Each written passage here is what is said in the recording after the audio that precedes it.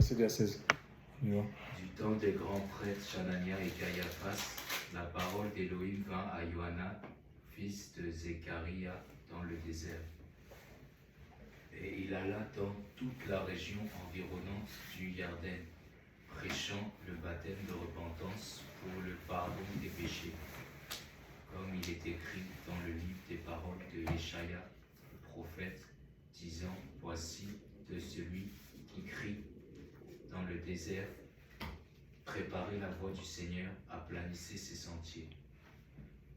Toute vallée sera remplie et toute montagne et toute colline seront abaissées.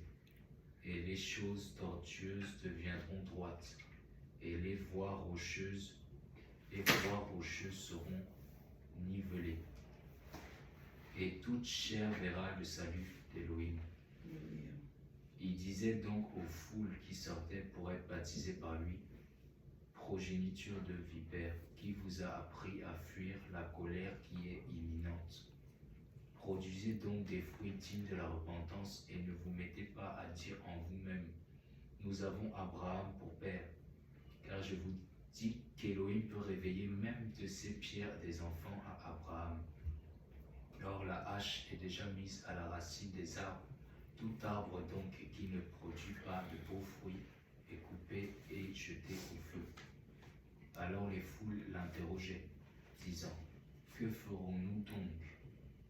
Et il répondit et leur dit, que celui qui a 2 tuniques partage avec celui qui n'en a pas, et que celui qui a de quoi manger en fasse de même. Mais il vint aussi à lui des publicains pour être baptisés, et ils lui dirent, docteur, que ferons-nous? Et il leur dit, n'exigez rien au-delà de ce qui vous a été ordonné. Et les soldats l'interrogèrent aussi en disant, et nous, que ferons-nous? Et il leur dit, ne commettez ni extorsion ni fraude envers personne, mais contentez-vous de votre salaire. Et le peuple était dans l'attente et tous raisonnaient dans leur cœur au sujet de Johanan. Il n'était pas lui-même le s'il n'était pas lui-même le Mashiach. Johanan répondit et dit à tous, en effet, moi je vous baptise dans l'eau, mais il vient celui qui est plus puissant que moi, et je ne suis pas digne de délier le lacet de ses sandales. C'est lui qui vous baptisera dans le Saint-Esprit et le feu. Amen. Donc voilà, qui est Jean? Jean-Baptiste, c'était le fils de Zacharie et Élisabeth. Donc le fruit de la réponse à leur prière. C'était un couple de sacrificateurs. Ils servaient Dieu, ils craignaient. Donc quand on lit un peu l'historique de ce couple, c'est des gens qui marchaient dans la crainte de Dieu, d'accord? Et ils servaient, non seulement ils craignaient Dieu, c'est-à-dire ils obéissaient au commandement du Seigneur, et en même temps, ils servaient Dieu, d'accord? Ils craignaient et ils servaient le Seigneur. Donc, ce n'est pas parce qu'on craint Dieu et qu'on sert le Seigneur que forcément, tout ce qu'on peut demander, on va l'avoir à l'instant T en fait. D'accord? On a le cas de ce couple. Parce qu'on aurait pu dire, s'ils ne servaient peut-être pas le Seigneur, et le craignant m'a dit, mais vous êtes de la stérilité dans votre vie parce que vous ne craignez pas le Seigneur. Mais c'était les gens qui étaient dans l'œuvre de Dieu. D'accord? C'était un sacrificateur et il avait le privilège de servir à l'intérieur, dans la deuxième partie du temple, appelé le lieu saint. Et il offrait des parfums. C'est là où il a eu cette rencontre. Zacharie a eu cette rencontre. Zacharie, le père de Jean, a eu cette rencontre avec l'ange. D'accord? L'ange lui est apparu en lui disant que voilà, ta femme, elle deviendra enceinte. C'était presque, ils étaient âgés au moment où il désespérait. Il n'espérait plus avoir un enfant. Je crois que la matrice de sa femme était sèche. Peut-être que lui n'avait même plus de désir. C'est là où le Seigneur Dieu va intervenir, va accomplir l'impossible. Il va lui donner un enfant chers frères et sœurs, mais un enfant avec un appel. D'accord? Et on voit dans la sacrificature aaronique, ça voulait ou ça stipulait que quand le père se déchargeait de ses fonctions, ça veut dire que il était temps pour le père de prendre la retraite.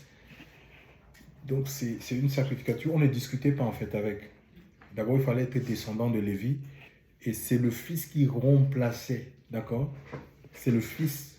C'était d'office. C'est le fils qui remplaçait donc cette sacrificature-là dans l'ancienne, dans le régime de la loi. Ça voulait que quand le père prend sa retraite, c'est son fils. Nous l'avons vu au désert quand Dieu avait décidé de prendre Aaron parce qu'il n'avait pas, il n'avait pas glorifié Dieu, il n'avait pas retenu son frère Moïse, son petit frère Moïse. Dieu les avait donné une instruction de parler au rocher, d'accord? Et eux, ils ont tapé le rocher en fait. Ils n'avaient pas sanctifié Dieu.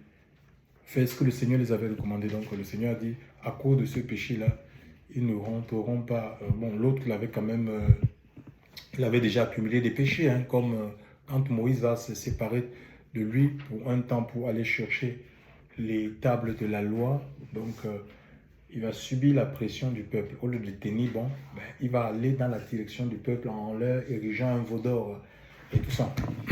Donc, déjà, donc, par rapport à ce péché-là, ça a fait que ça l'a disqualifié en fait. Il n'est pas rentré. Et quand Dieu a décidé de le prendre, il va demander à Moïse de prendre ses vêtements sacerdotaux, d'accord? Ils avaient des vêtements, ils avaient des tuniques. Hein? On voit encore aujourd'hui, même dans que ce soit des milieux religieux, même pentecôtisants, il y a des gens qui ont des soutanes en fait. Donc c'est inspiré de l'ancienne, oui, c'est inspiré de l'ancienne alliance. Donc et pourtant tout ça, les soutanes là, ces tuniques là, c'était une ombre. Hein, c'est parce que l'ancienne alliance et la nouvelle alliance est cachée dans l'ancienne alliance et la nouvelle alliance, ça dévoile l'ancien en fait. C'était l'image, c'est le revêtement en fait. Parce que c'était une tunique, c'était une tunique d'autorité en fait. Donc, et ça, c'est l'image du revêtement du Saint-Esprit en fait. Dieu nous revêt, non pas des tuniques physiques faites en pagne, machin, tout ça. Parce que c'est pas ça qui va empêcher que le diable rentre dans ta vie en fait. Il n'y a aucune protection, aucune tunique aussi bien confectionnée soit-elle, peu importe la couleur, même qu'elle soit faite en or, ça ne peut pas te protéger des flèches en fait, des flèches de l'ennemi en fait. Donc la tunique qu'on a besoin là, c'est plus qu'une tunique physique, c'est plus qu'un vêtement physique, c'est un vêtement spirituel en fait, d'accord? Ça habille ton esprit. Parce que en fait, c'est pas ta chair là. Si Satan veut te rendre fou, il n'a pas besoin de toucher ta chair, hein, d'accord? C'est ton esprit, il faut qu'il crée quelque chose, il déprogramme quelque chose dans ton esprit parce que la chair c'est un véhicule. La chair va exécuter les choses qui sont dans ton esprit en fait. Hein? Si tu vois quelqu'un manger dans la rue, là, ramassant les mégots de cigarettes, dans la rue ou fouillant dans les poubelles, ramassant n'importe quoi, ça veut dire qu'il y a quelque chose qui est déprogrammé dans son esprit en fait. Alors, donc ça se passe comme ça. Et c'est cette partie-là que le Seigneur veut. Il veut nous couvrir en fait. Alléluia. Donc voilà, il veut nous couvrir et quand on est à l'intérieur de nous, quand il y a quelque chose, une œuvre qui est faite, cette œuvre va se répercuter sur le physique en fait. Parce que ce corps, si ce n'est qu'un véhicule, ça exécute, ça n'a aucune volonté en fait. Ça exécute en fait, d'accord? Ça exécute tout ce qui se passe à l'intérieur de nous. C'est un instrument, on peut dire c'est un instrument d'exécution. Donc, alors, nous voyons donc, parlant de cette tunique là, aujourd'hui on n'en a pas besoin en fait. Hein. Je reviens sur Jean Baptiste, on appelle qui? sur Zacharie. Donc on a donc ce Zacharie-là. Et il va recevoir les paroles. Et il n'avait même pas cru à ces paroles-là. Et l'ange dit que tu seras muet jusqu'à l'accomplissement de cette parole. Nous voyons Jean-Baptiste est né. Donc, une façon dit que il ne faudrait pas qu'on désespère, d'accord? Nous devons prier, on ne doit pas se lasser de prier. Il y a des gens, parfois, ils prient, comme il n'y a pas d'exaucement, ils arrêtent, ils se découragent. Non, on doit continuer à prier. Si Dieu ne nous a pas dit non, mais arrête de prier par rapport à ce sujet, ça veut dire qu'il y a une possibilité pour nous d'être exaucés par rapport à ce que nous sommes en train de demander au Seigneur. D'accord? Si tu n'as pas entendu, Dieu te dit, comme il a dit à l'apôtre Paul qui voulait être délivré de l'échade, que ma grâce te suffit, ma puissance agit dans la faiblesse. On voit aussi que Dieu peut laisser, autoriser certaines choses dans notre vie, des handicaps, des infirmités, nous avons dans les Écritures. J'ai laissé Trophime malade à Milet. C'est écrit dans la Bible. Et pourtant, c'était un ancien. Paul avait des problèmes, l'apôtre Timothée, l'ancien Timothée souffrait des problèmes d'estomac, tu vois. Et on voit qu'on peut servir. Paul lui-même, il a servi, il n'a jamais été marié. Et il recommande aux gens qu'il aimerait que tout le monde soit comme lui, mais que chacun détient un don de la part de Dieu. Donc, cet évangile-là qui focalise les gens que sur il faut que tu es un enfant de Dieu doit avoir ceci, un enfant de Dieu doit avoir une grande maison, un enfant de Dieu doit avoir une belle voiture, un enfant de Dieu doit avoir vraiment, pour montrer que on est enfant de Dieu, doit avoir des beaux vêtements. J'ai rien contre ces choses-là, mais frère, il faut qu'on prêche le message. Vous savez, il y a des gens qui n'ont pas été mandatés, autorisés à prêcher la parole de Dieu. C'est pourquoi vous voyez tous ces déviances des doctrines extra-bibliques qui n'ont rien à voir avec les Écritures. Parce que si Dieu il t'appelle, l'Esprit de Dieu va te conduire, va te donner la révélation. La révélation, ça éclaire l'éclairage de la parole de Dieu, parce que dans les Écritures, tout n'est pas à prendre à la lettre. Oui, je vous ai parlé de la sacrificature, comment on noignait dans l'ancienne alliance, comment on noignait, on habillait, on les versait de l'huile sur la tête. Il y a des gens qui le font. Mais est-ce qu'aujourd'hui, est-ce qu'on doit le faire? Ce n'est pas cette huile-là, l'huile d'olive. Il y en a même, ils ont des bouteilles d'huile entre ceux qui optent pour l'eau, même dans les milieux évangéliques pentecôtistes. Il y a un frère comme ça, oui, mais il va se référer sur Élie, il va dire, mais Élie avait assaini, entre ceux qui utilisent le sel, Élisée, oui, ceux qui vont le sel. Il va dire, Élie avait assaini les eaux amères avec du sel. Ils invitent les gens à prendre de l'eau, comme l'avait dit, je suis l'eau de vie. Les gens ils prennent des bouteilles d'eau comme ça, et ils vendent ça. Il va prier et on va te donner, on va te placer. C'est comme du maraboutage en fait. Ça n'a rien à voir avec le maraboutage. C'est similaire au maraboutage, c'est similaire à l'exorcisme, chers frères et sœurs. Alléluia. C'est des choses qui ont été utilisées. Le Seigneur ne nous a jamais demandé d'utiliser des bouteilles d'eau, chers frères et sœurs. Il ne nous a jamais demandé d'utiliser de l'eau ou d'utiliser le sel. Ou même la boue, même si Jésus a utilisé la boue pour donner le recoupement de vue à un aveugle, il n'est pas mentionné quelque part, il n'est pas indiqué quelque part que nous devons utiliser de la boue pour donner le recoupement de vue aux gens. Alléluia. Il dit, vous imposerez les mains, vous chasserez, c'est avec la parole, vous chasserez les démons, vous imposerez les mains aux malades. Et le petit frère de Jésus, en la personne de Jacques, a donné une recommandation que si quelqu'un parmi vous est malade, qu'il appelle les anciens, c'est lui qui doit solliciter les anciens, ce n'est pas les anciens qui s'imposent à sa vie, d'accord? Et que les anciens prient pour lui en loignant d'huile. Et nous voyons aussi, durant le ministère de Jésus, dans la chair, il loignait d'huile beaucoup de malades, d'accord? Mais cette huile-là, c'était une image de l'Esprit de Dieu. Ce n'est pas l'huile en soi, ne guérit pas, c'est la foi. Parce que si il n'y a pas de foi, en fait, il ne peut rien voir, en fait, d'accord? Il ne peut rien voir, même la parole qui est prêchée, si elle n'est pas mêlée à la foi, d'accord? Il ne peut rien avoir. C'est pourquoi même dans les gens qui ont... Tu peux aller, tu peux être... suivre l'homme le plus loin, l'homme le plus loin du monde, même du temps de... Il y a des gens qui sont morts, qui ne sont pas rentrés, pourtant ils avaient Moïse comme mentor, d'accord? Il y a des gens même du temps de Jésus qui étaient tout le temps à critiquer, qu'est-ce qu'il raconte même là? Hein? Donc, à vouloir toujours trouver une faille dans son enseignement, au lieu d'obéir à la parole de Dieu. Donc, il y a de l'incrédulité en fait, et l'incrédulité, il y en aura toujours en fait, hein, dans l'œuvre de Dieu. Mais ça, il faut que toi, tu sois focalisé, tu dois être vraiment focus sur ce que Dieu t'a demandé de faire, parce que tu ne peux pas changer les gens en fait, d'accord? C'est la parole de Dieu qui agit, alléluia.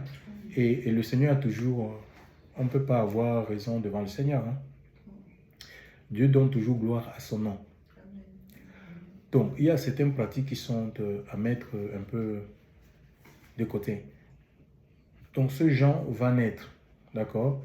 Il va naître et avec cet appel-là, en temps normal, il devait exercer son service dans le temple, d'accord?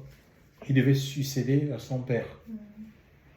Les choses étaient ainsi en fait. Mais on voit ici, l'Écriture nous dit que du temps de Caïphe, le grand prêtre Caïphe et Anne, donc il y avait déjà, ça veut dire qu'il y avait déjà un problème de souverains sacrificateurs. On ne peut pas avoir deux souverains sacrificateurs au même moment, à la même époque. Donc il y avait un problème dans le temple. Le temple était souillé en fait. Donc il y avait le commerce, hein. Il y avait déjà le commerce. Donc il n'y avait même plus la présence de Dieu en fait. Donc c'était des rites, ils étaient tombés dans les rites. Chacun cherchait son intérêt. Donc voilà, les ministères, le ministère était manipulé. Donc chacun cherchait à... En fait, on se servait de Dieu. D'accord?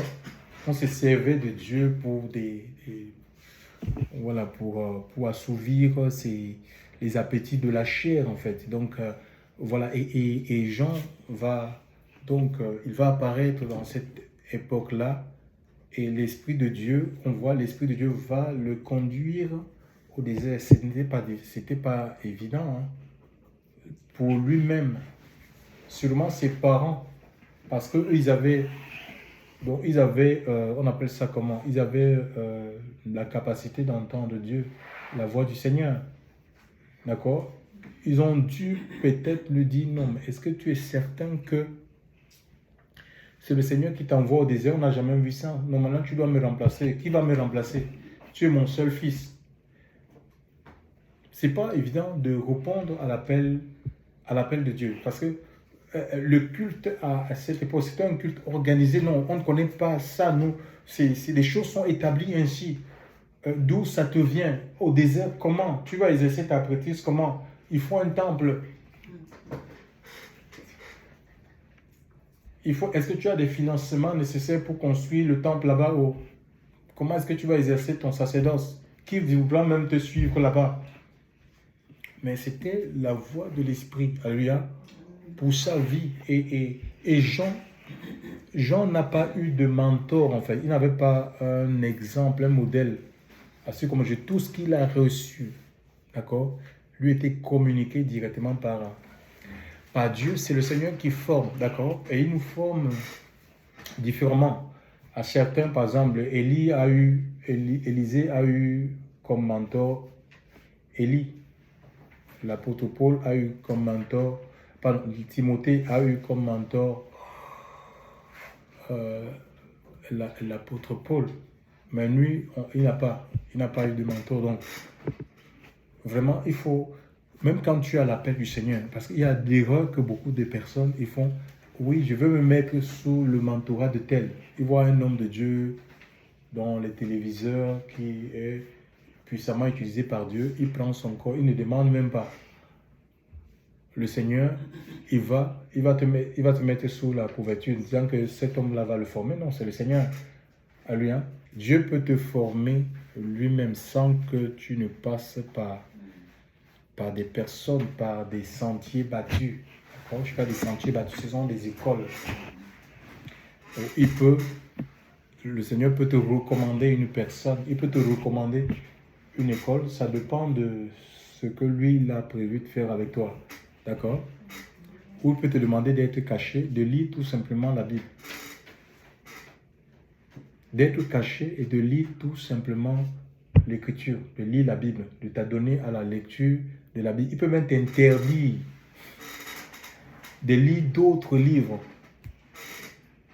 De lire d'autres livres, hein, même si ce sont des livres qui se rapprochent, qui sont dérivés de la Bible. Le Seigneur peut t'interdire cela. Donc c'est important de dépendre du Seigneur.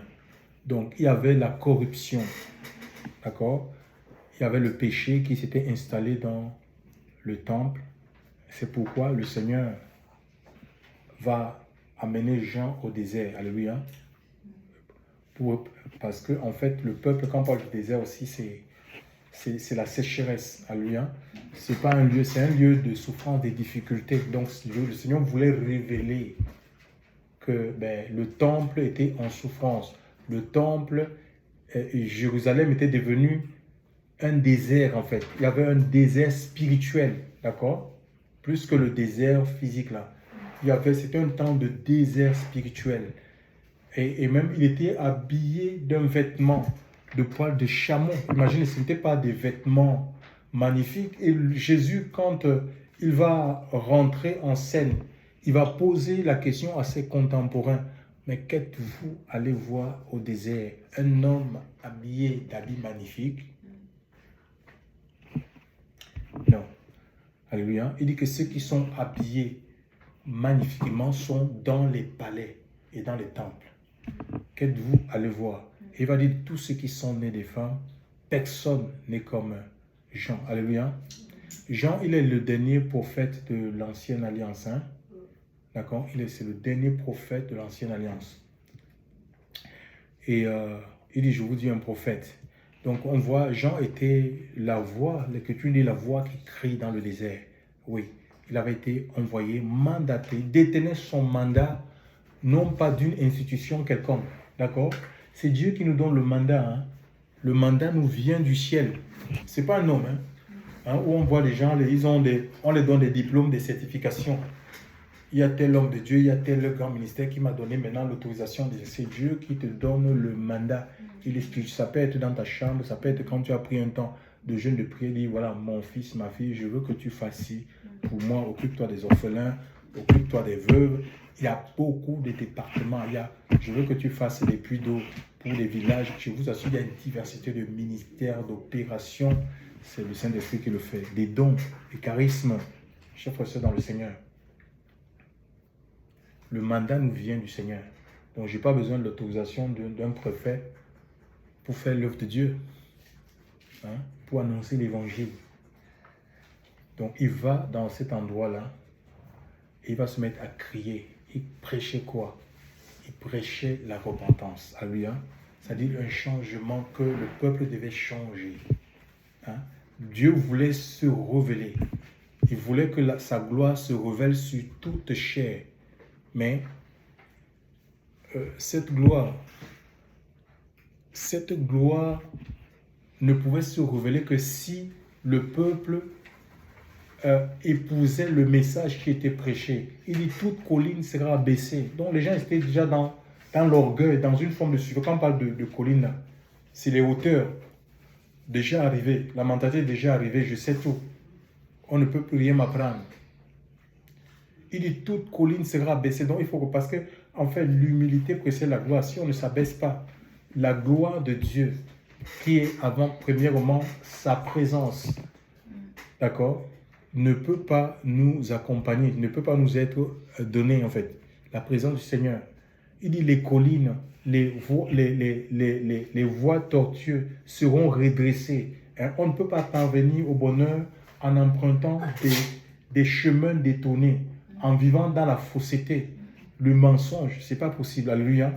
Donc il faut que ces choses-là, donc la repentance est donnée pour corriger ces choses-là. Hein? Il dit les voies rocheuses en fait seront nivelées en fait. Donc on voit, imaginez un peu des voies qui sont rocailleuses, rocheuses, c'est difficile d'avancer, chers frères et sœurs, de progresser. Donc le Seigneur veut aplanir, Dieu veut aplanir notre chemin, ainsi sa gloire va se révéler, chers frères et sœurs. Notre vie va changer et sa gloire va se révéler, chers frères et sœurs, dans notre vie. L'Écriture nous dit qu'il y a des foules qui se sont rendues vers Jean.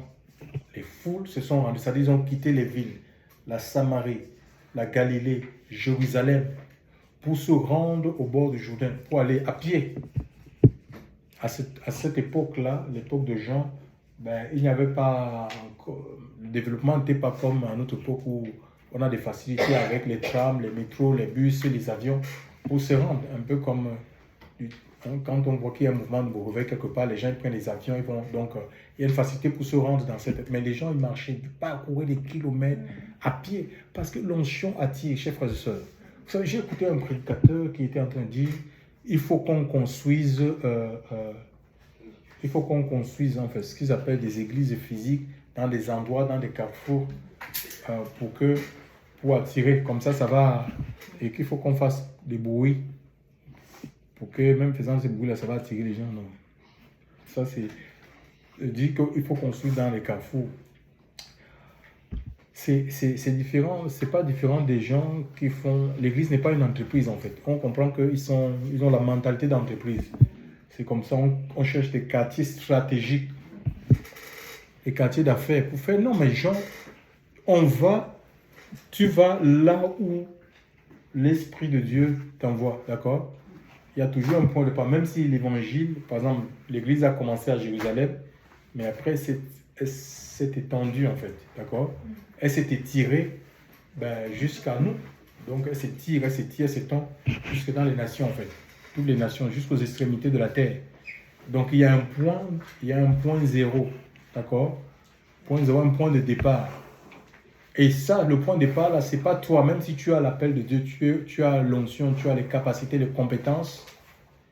Mais ta vie est conçue pour dépendre de Dieu, pas de tes compétences, en fait. Pour que ça marche, il faut que tu ailles dans l'endroit où le Seigneur te dit que c'est ici que tu dois commencer. C'est dans cet endroit. Donc, pour les gens, c'était pas...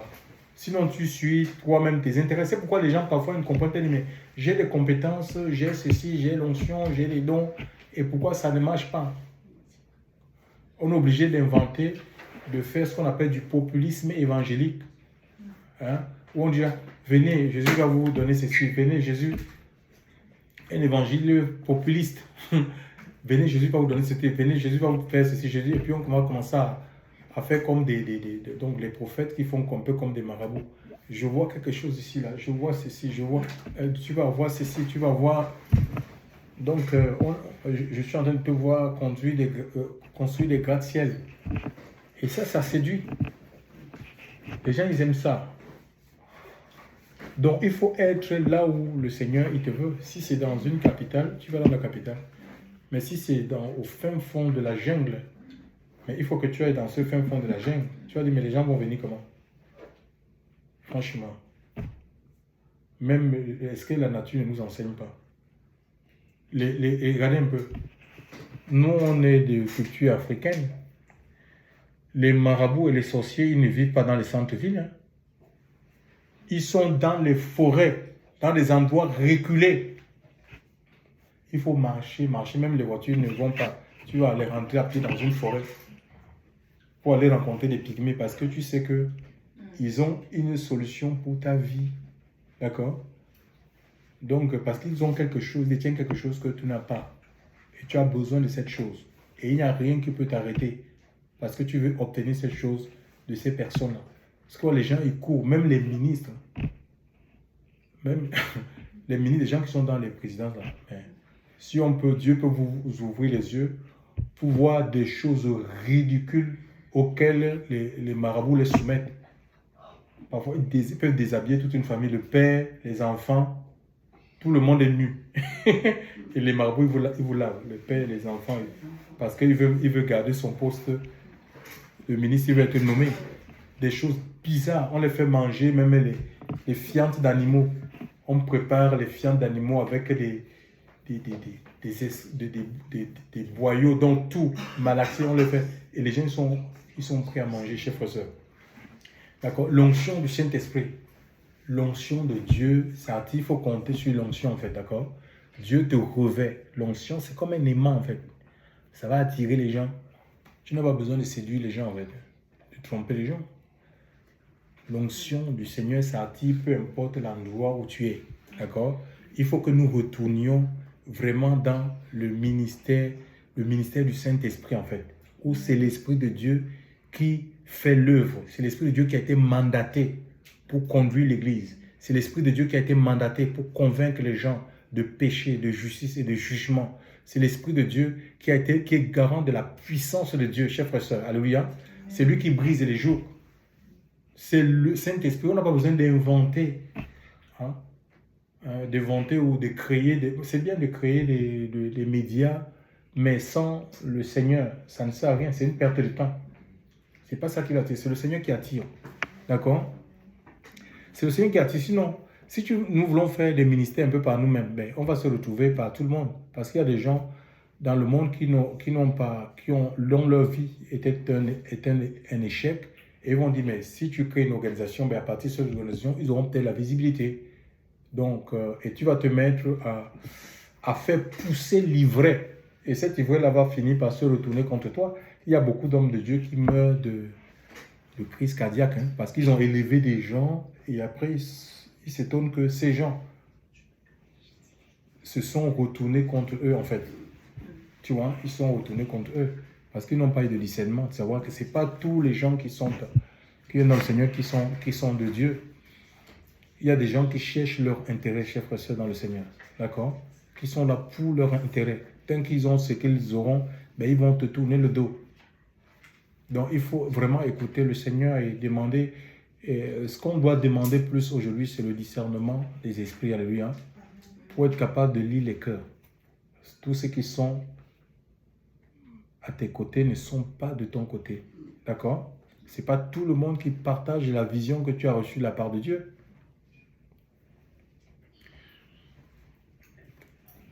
Donc, on voit donc, il faut être à la place de Dieu et là où le Seigneur nous veut. Jean, tellement il était devenu puissant. Les gens venaient, les gens même à un moment donné se sont posé la question, mais est-ce que ce n'est pas lui le Mashiach? Ils ont cru qu'il était le Christ en fait. Donc Jean a dit non. Il a dit non, je ne suis qu'une simple voix, une voix prophétique. Et combien aujourd'hui, ils disent même qu'ils sont le Seigneur. Certains se prennent pour le Christ. Certains prédicateurs vont vous dire que sans moi, vous ne pouvez rien. Vous avez besoin de moi. Ce n'est pas vrai, chef. On n'a pas besoin d'un prédicateur de manière absolue. Ce n'est qu'un instrument. Alléluia. Ce n'est qu'un instrument pour nous révéler la pensée de Dieu. Et un vrai prédicateur doit te laisser avec le Seigneur. Parce que tu n'es pas sa propriété. Tu n'es pas mort le prédicateur n'est pas mort à la croix pour toi. Il n'est pas le sauveur, il n'est pas le Seigneur de ta vie.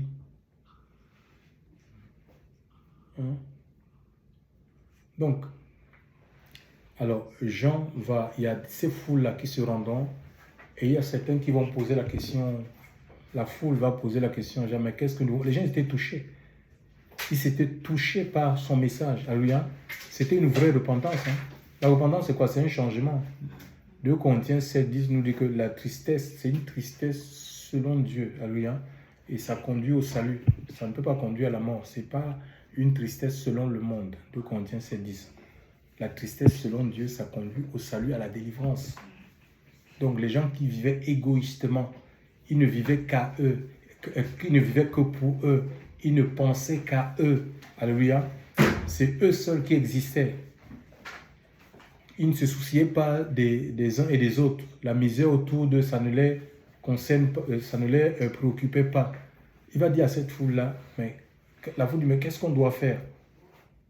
Voyez un peu. Ce n'est pas Jean qui essaie de flatter les gens.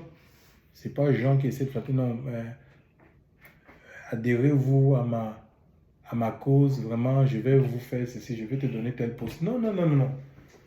Qu'est-ce que nous devons faire? Il va dire que celui qui a 2 tuniques, il donne, au lieu de te moquer de celui qui n'a pas, habille cette personne. Celui qui a à manger, qu'il en fasse autant. Il y a les publicains, ceux qui travaillaient sous la solde romaine, collectant les impôts pour César. Ils vont venir à lui et Jean va leur dire, mais de ne pas exiger au-delà de ce qui est demandé. Donc, il doit prendre des impôts en fonction de ce que de l'activité des uns et des autres, de ce qui a été décidé en fait. Donc ça veut dire que c'est des gens qui étaient un peu ils exigeaient, donc ils demandaient même ce qu'il ne fallait pas. Donc ils escroquaient, limite c'était des escrocs. Nous avons, quand Jésus est rentré dans la vie dans la maison de Zachée, Zachée était un collecteur d'impôts et il a dit, si j'ai fait tort, je vais remettre le quadruple, 4 fois ce que j'ai pris aux gens. D'accord? Il avait décidé, parce que Jésus est rentré dans sa vie, il a dit, je donne la moitié de mes biens aux pauvres. C'est ça le salut en fait. Vous voyez, quand le salut rentre quelque part, la vie est changée en fait. D'accord? On ne peut plus vivre à vouloir amasser pour soi, non. D'accord? On va partager. On aura le souci des autres en fait. On va répondre aux besoins. Alléluia. Il dit, je veux donner la moitié. Parce que c'est, en fait, donc, ouais, l'évangile, c'est un peu ça en fait. L'évangile, c'est pas, je vais donner l'argent pour que Dieu me rende riche. Non. Dieu rentre dans ma vie et je veux faire du bien. Je veux faire du bien pour l'œuvre de Dieu. Je vais soutenir l'œuvre de Dieu. Je vais répondre aux besoins de mes frères et de mes sœurs. C'est pas que je donne pour avoir des choses. Non, il dit, je vais donner. Et nous, parce que Jésus rentre dans une maison, dans une vie, on va réparer. On va réparer notre vie en fait. D'accord? Oui. La présence de Dieu, le Saint-Esprit va nous amener à nous corriger en fait. D'accord? À ne plus vivre, on devient une nouvelle personne. On voit, c'est un homme changé. Quelqu'un qui voulait tout pour lui. On voit maintenant, il veut partager. Il est égoïste en fait. D'accord? Il vivait égoïstement. Maintenant, il a envie de partager. C'est ça, on dit en Christ, on devient une nouvelle créature. Quand Jésus rentre dans ta vie véritablement, mais il faut qu'il y ait un changement. Et ce changement est visible par tes contemporains. Tes collègues de travail doivent voir. Il faut qu'il y ait une différence entre toi et tes collègues de travail. Hein. C'est comme ça. Il faut une différence. Que c'est palpable et que c'est eux-mêmes, ils doivent témoigner ça. Que tu n'es plus pareil en fait. Et il y a les militaires, les hommes de guerre, de combat qui sont venus. Et nous, qu'est-ce qu'on doit faire? Il dit, ne pratiquez pas l'extorsion, contentez-vous de votre sol. Arrêtez de racketter les gens, la police, gendarmerie, tout ça. Il a dit, elle n'a pas eu peur de eux. Il dit, arrêtez de racketter. Et les autres, il a demandé, il faut qu'ils arrêtent la corruption. C'est comme ça parce qu'en fait, quand il y a les gens, ils font un peu n'importe quoi. La corruption, quand on détourne les fonds. On raquette les gens, mais en fait, tout le monde, qu'on soit enfant de Dieu ou pas, hein, parce que imagine un peu les détournements des fonds, l'argent qui est alloué pour arranger les routes. Si les routes ne sont pas arrangées, tous nous empruntons, qu'on soit un païen ou on emprunte ces routes avec les cassis et tout ça. On va subir tout. Hein, tu vois, et les voitures, même si c'est une voiture, ta voiture va... on appelle ça comment? Les ressorts. Hein? Les ressorts vont vite s'abîmer. Donc, tout le monde subit ça, en fait, l'effet de la corruption. Et il n'y a que la parole de Dieu. On a besoin des prophètes comme Jean-Baptiste aujourd'hui, oints de Dieu, des ministères oints. On a besoin des ministères vraiment qui sont oints. Parce que quand on est oint du Seigneur, ce n'est pas les ministères, des gens qui vont se former dans des écoles, des facultés de théologie, chers frères et sœurs. Ils sortent avec les soutanes, avec les papiers, mais ils n'ont pas la force d'interpeller les gouvernements, ils n'ont pas la force d'interpeller les dirigeants, chers frères et sœurs. Ils n'ont pas la force de crier, d'appeler les gens à la repentance. Non, vraiment, on a besoin des ministères ouins. Parce que quand tu as l'onction de Dieu, mais tu n'as même pas peur tu n'as pas peur de mourir en fait. Ta vie ne compte plus en fait, d'accord? Tu n'as pas peur, tu vas tu vas dire la vérité. Alléluia. Parce que c'est elle qui rend libre. Alors, dans le verset 16, quand Jean a répondu, parce que les gens là, ils pensaient que Jean était devenu, Jean était le Christ. Il va leur dire non, je ne suis pas le Christ. Lisez le verset 16, s'il vous plaît. Ou à partir du verset 15.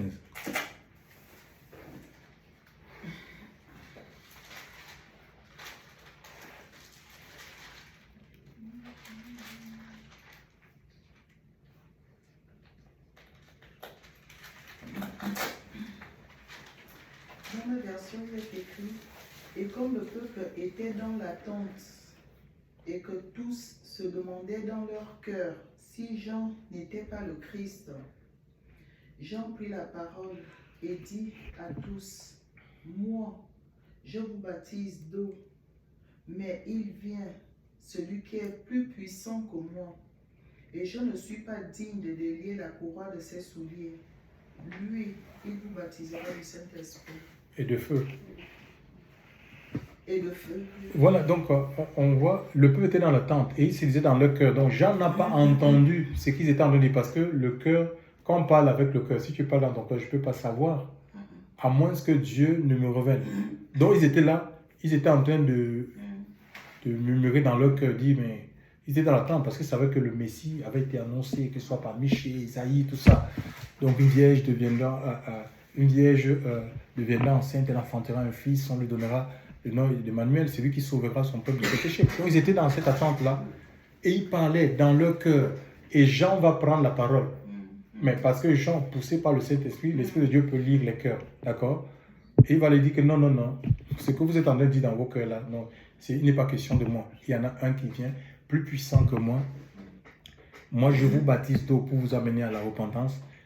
Hein? Donc lui, il vous baptisera de Saint-Esprit et de feu. Frère, nous avons besoin du Saint-Esprit et du feu de Dieu pour servir le Seigneur. Alléluia. Nous avons besoin du Saint-Esprit, le Saint-Esprit qui nous guide. Alléluia. Qui va nous emmener à rentrer dans l'accomplissement des promesses de Dieu. Alléluia. C'est ça, non pas la guidance. L'Esprit de Dieu doit te guider. Il doit te guider dans le choix du mari, du conjoint, de la conjointe. Il doit te guider même en ce qui concerne des projets. Ça peut être des projets d'avenir, chers frères et sœurs. Il faut qu'on dépende du Saint-Esprit, chers frères et sœurs, pour nos vies. Et nous avons besoin de ce feu-là, le feu de Dieu. Le feu a plusieurs fonctions. Alléluia. Le feu, ça purifie en fait. Hein. Le feu de Dieu, ça purifie nos vies. Le feu, ça purifie. Alléluia. Ça va purifier ta vie en fait. Une vie purifiée par le feu. Ça va enlever les scores. C'est un peu comme dans les gens qui travaillent de l'or, des pierres précieuses. Quand on extrait les pierres précieuses, chers frères et sœurs, dans le sol, ces pierres-là, elles sont brutes. Il faut que ces pièces-là passent par le feu pour qu'il y ait ce qu'on appelle la séparation. D'accord? Un évangile qui ne sépare pas les gens, mais c'est quel genre d'évangile comme ça? L'évangile sépare. Alléluia. L'évangile doit séparer en fait. Parce que Dieu ne se mélange pas. Ce n'est pas l'esprit du monde qu'on a reçu. Hein. Dieu ne se mélange pas. Donc, est-ce qu'on veut, nous, on veut se séparer? Mais c'est pourquoi on est faible. C'est pourquoi le feu ne prend pas. Il n'y a pas la présence du Seigneur. Et ça, c'est Dieu qui fait ce travail. Il faut qu'on le veille. Lisez-moi un peu le psaume 100, le psaume 104, verset 4.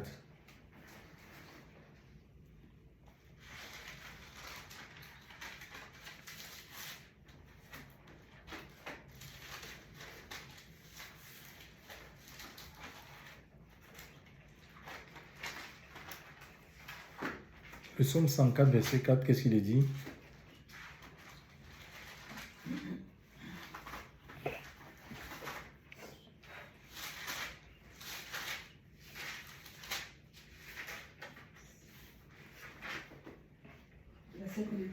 Verset 4.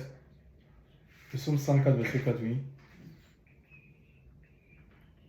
Il fait des vents ses messagers et des flammes de feu ses serviteurs. Ouais, il fait des vents ses messagers, ses messagères, et des flammes de feu ses serviteurs.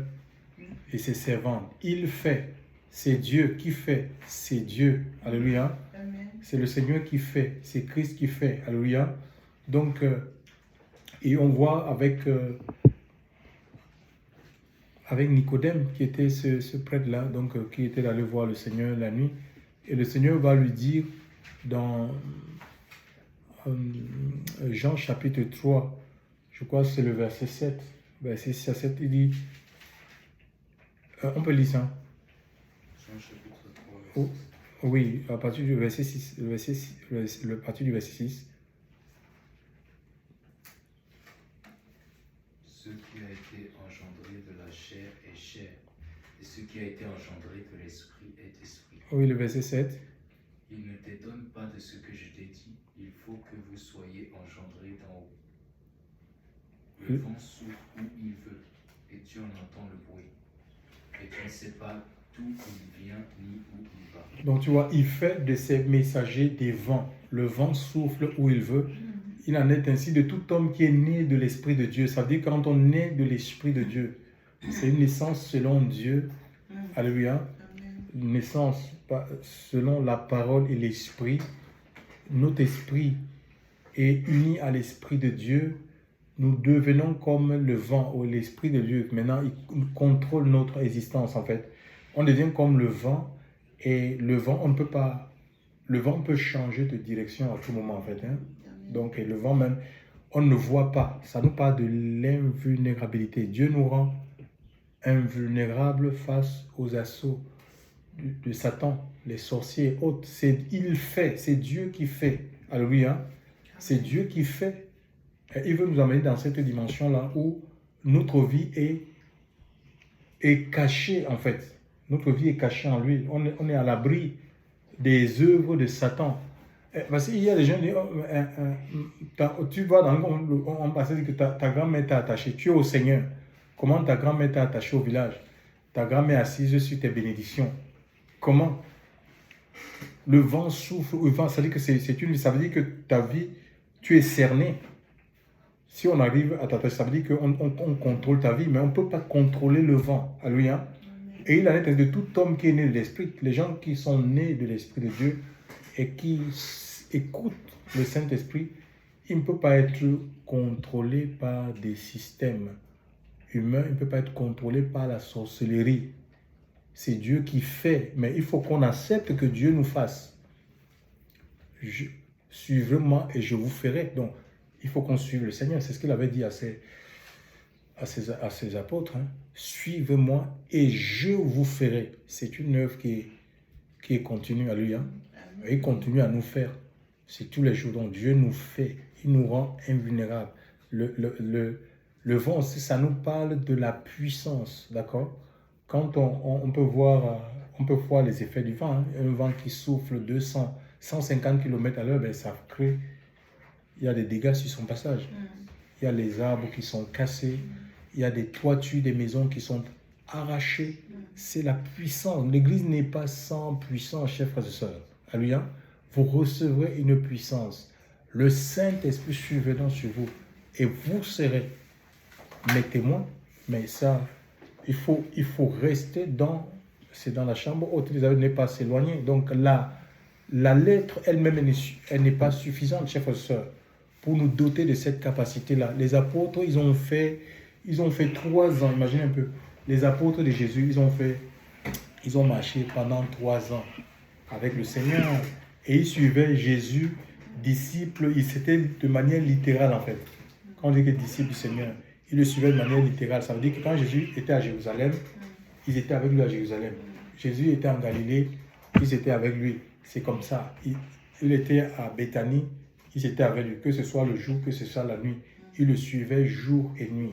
La Bible nous dit que toute la plénitude de Dieu était renfermée sous Christ. D'accord? Et à un moment donné, il a dit, mais je suis à l'étroit dans ce corps. C'est Dieu en fait. Imagine un Dieu qui vient se renfermer dans ce corps. Donc sa vie, l'objet de leur conversation tournait autour du royaume. Il parle de la parole de Dieu. D'accord? Jour et nuit. Donc ça veut dire que les apôtres là, ils ont ils ont subi ce qu'on appelle une formation intense, accélérée. Nous, aujourd'hui, on va former. Ce n'est pas suffisant de former un homme de Dieu. 3 ans n'est pas suffisant, d'accord? Même si vous prenez une journée, c'est quoi? Une journée, c'est 24 heures, d'accord? Disons 12 heures. Le jour, la nuit, donc ça fait 24 heures. Donc, imaginez, parce que la nuit, on dort. Eux, jour et nuit, ils étaient formés par le Seigneur. Le Seigneur les parlait des choses qui tournaient autour du royaume. Aujourd'hui, par semaine, quand tu vois les écoles qui forment, les écoles bibliques, les universités, tu vas trouver, tu peux avoir 5 heures par semaine. Certains font 5 heures par semaine. Certains font 10 heures par semaine. Imagine un peu, des gens qui sont continuellement 24 heures sur 24 en train d'être enseignés, le jour comme de nuit. Jésus priait, il dit, mais vous n'avez même pas prié 1 heure avec moi, chers frères et sœurs. Imaginez un peu. Donc, et en plus de cela, le Seigneur dit que ce n'est pas suffisant. Même la lettre que je vous ai enseignée n'est pas suffisante. Ne vous éloignez pas de Jérusalem. Il faut attendre ce que le Père a promis. Alléluia. Le revêtement de puissance. Alléluia. Pour activer la parole de Dieu. Pour donner l'éclairage à l'enseignement que vous avez reçu. Vous avez reçu de moi, chers frères et sœurs dans le Seigneur. Donc ça, il faut du temps. Il faut beaucoup de temps pour former un homme de Dieu. D'accord? Même le don ne suffit pas. Le don spirituel, de toute façon. Si on a le don, on n'est pas transformé. On va vite tomber dans l'orgueil. On va nous critiquer. Il faut qu'on nous critique un temps. On nous critique un tout petit peu comme ça. Certains même, ils abandonnent. Ils abandonnent le poste parce qu'ils n'ont pas été crucifiés. Le feu de Dieu n'est pas passé pour éteindre l'orgueil, chers frères et sœurs, la vanité dans leur cœur. Il y a le Saint-Esprit, chers frères et sœurs, qui fait de nous des gens puissants, des gens d'autorité. Et il dit des flammes de feu, de ses serviteurs, de ses servantes, des flammes de feu. Imaginez un peu, si vous prenez un morceau de métal, vous le placez à côté du feu. Le feu ne va pas bouger. Hein? Le feu ne va pas reculer parce qu'il y a un métal. D'accord? Qu'est-ce qui va se passer? C'est le métal qui va fondre. Le métal va fondre en fait. Donc, il y aura des heures. À un moment donné, le métal va fondre, ça va se liquéfier. D'accord? Et c'est pareil, chers frères et sœurs. C'est pas à nous de fuir les situations. C'est pas à nous de fuir les épreuves. C'est la situation qui est devant nous qui doit changer, qui doit se modifier. D'accord? Et pareil pour nos vies. Dieu utilise le feu non seulement pour épurer nos vies, pour enlever les impuretés. Hein, c'est pourquoi parfois on a comme l'impression qu'on est dans la fournaise d'épreuve, mais en même temps, le feu a la capacité de nous designer en fait. Hein? Oui, ça donne la forme. On utilise le feu pour les gens qui fabriquent les bijoux et autres. C'est le feu. Donc, parce que le liquide, la matière, quand elle devient liquide, il peut donner toute la forme qu'il veut. Alléluia. La forme qu'il veut, chers frères et sœurs. La forme qu'il veut. C'est le Seigneur qui nous forme. Alléluia. Il nous forme à travers la souffrance, chers frères et sœurs. Dieu nous forme. Alléluia. Encore faudrait-il qu'on accepte. Et quand il dit, tout disciple accompli sera comme le maître. Alléluia. Hein, c'est pour qu'on puisse agir comme le maître, qu'on puisse opérer comme le maître, chers frères et sœurs. Alléluia. Qu'on puisse fonctionner comme le maître. Alléluia. Hein, des hommes et des femmes remplis du Seigneur, remplis du feu de Dieu. Alléluia. C'est ça, c'est ce qui fait. Il faut le feu, chers frères et sœurs. Il faut le feu pour demeurer. Hein, le feu ne recule pas. Imagine un peu, même s'il y a disons qu'un endroit prend feu et puis il y a le vent. Il y a un vent qui s'élève. Le vent là-bas, le vent va activer, ça va soulever encore, ça va soulever les flammes. Alléluia. Et on ne peut pas contenir. Quand on est dans le feu de Dieu, ça dit qu'on a atteint ce qu'on appelle une liberté totale. Hein, on ne recule pas. Le feu ne recule pas devant quelque chose. Alléluia. Et on ne peut pas emprisonner le feu. Par exemple, cette bouteille d'eau. Hein, Ça, c'est une eau. Ça, c'est une eau qui a été circonscrite, en fait. Donc, dans cette bouteille-là. Cette eau a été emprisonnée dans cette bouteille. Je peux en faire ce que je veux. Hein? La bouteille d'eau. Et on ne peut pas parler de bouteille de feu. On peut circoncire même le sable. On peut faire une bouteille de sable. On va mettre le sable. Et on emprisonne ce sable-là dans une bouteille, d'accord? Mais le feu, il n'est pas... Est-ce que vous avez entendu une bouteille de feu? Non. Si vous mettez le feu dans cette bouteille elle va fondre. Elle va fondre. Donc, on ne peut pas emprisonner le feu. Alléluia. Et le Seigneur veut mettre le feu en nous pour qu'on ne soit pas, chers frères et sœurs, sous une prison, sous une contrainte quelconque. Alléluia. Des hommes et des femmes de conviction. Gloire à Dieu. On va prier le Seigneur vraiment qui nous visite encore ce matin. Que le souffle de son esprit se fasse sentir. Et c'est le Seigneur. Jean était au bord du Jourdain. Quand on lit le livre de Daniel, le Seigneur est sur un fleuve de feu. Alléluia. Il est sur un fleuve de feu. Et il n'attend que nous, en fait. Ses bras sont étendus pour nous prendre comme ça, pour nous prendre et pour nous immerger dans ce fleuve-là. Hein? Le feu en nous, nous dans le feu. D'accord? Le feu en nous, nous dans le feu. Et ça, c'est le Seigneur qui le fait. Alléluia. Gloire à Dieu. Merci Seigneur. Père, nous voulons te rendre grâce. Merci pour ce privilège que tu nous donnes, Seigneur, de pouvoir partager ces instants, Seigneur, des révélations de ta parole. Tu n'as pas changé. Seigneur, mon Dieu, mon Père, tu es celui qui opère, Seigneur, dans nos vies, Seigneur. Merci pour cette portion de l'Écriture. Tu veux des vies en feu pour toi, Seigneur. Tu veux que nos vies, Seigneur, regorgent de ta présence, de ton onction, Seigneur Dieu, de ta force.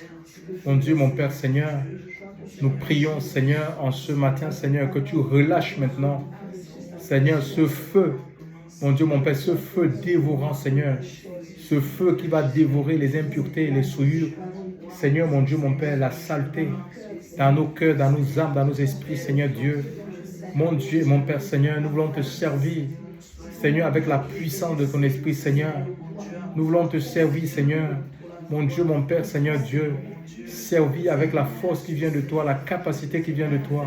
Seigneur, mon Dieu, mon Père, agis puissamment. Tu détruis toute activité satanique et diabolique. Tu détruis les œuvres des ténèbres. Seigneur, que la puissance du Saint-Esprit soit l'œuvre. Que ton règne devienne une réalité. Sors-nous des œuvres de la chair. Sors-nous, Seigneur Dieu, Père, de toute forme d'obstination, de résistance. Que nos vies soient sous le contrôle influent de ton Esprit Saint. Nous voulons des instruments utiles. Seigneur, mon Dieu, mon Père, Seigneur Dieu, purifie-nous, alors nous serons purifiés. Seigneur, mon Dieu, mon Père, Seigneur, oh Dieu, agis puissamment, Seigneur, accomplis ton œuvre, accomplis ta volonté. Seigneur, mon Dieu, mon Père, Seigneur, que ton œuvre grandisse en chacun de nous, Seigneur. Que le monde et ses attraits perdent, Seigneur, son influence dans notre vie, Seigneur. Que nos progrès aillent croissant et grandissant. Seigneur, mon Dieu, mon Père, et que rien ne puisse nous arrêter, Seigneur. Tout pour ta gloire et le témoignage de ta parole, dans le puissant nom de Jésus-Christ. Alléluia. Nous allons prier.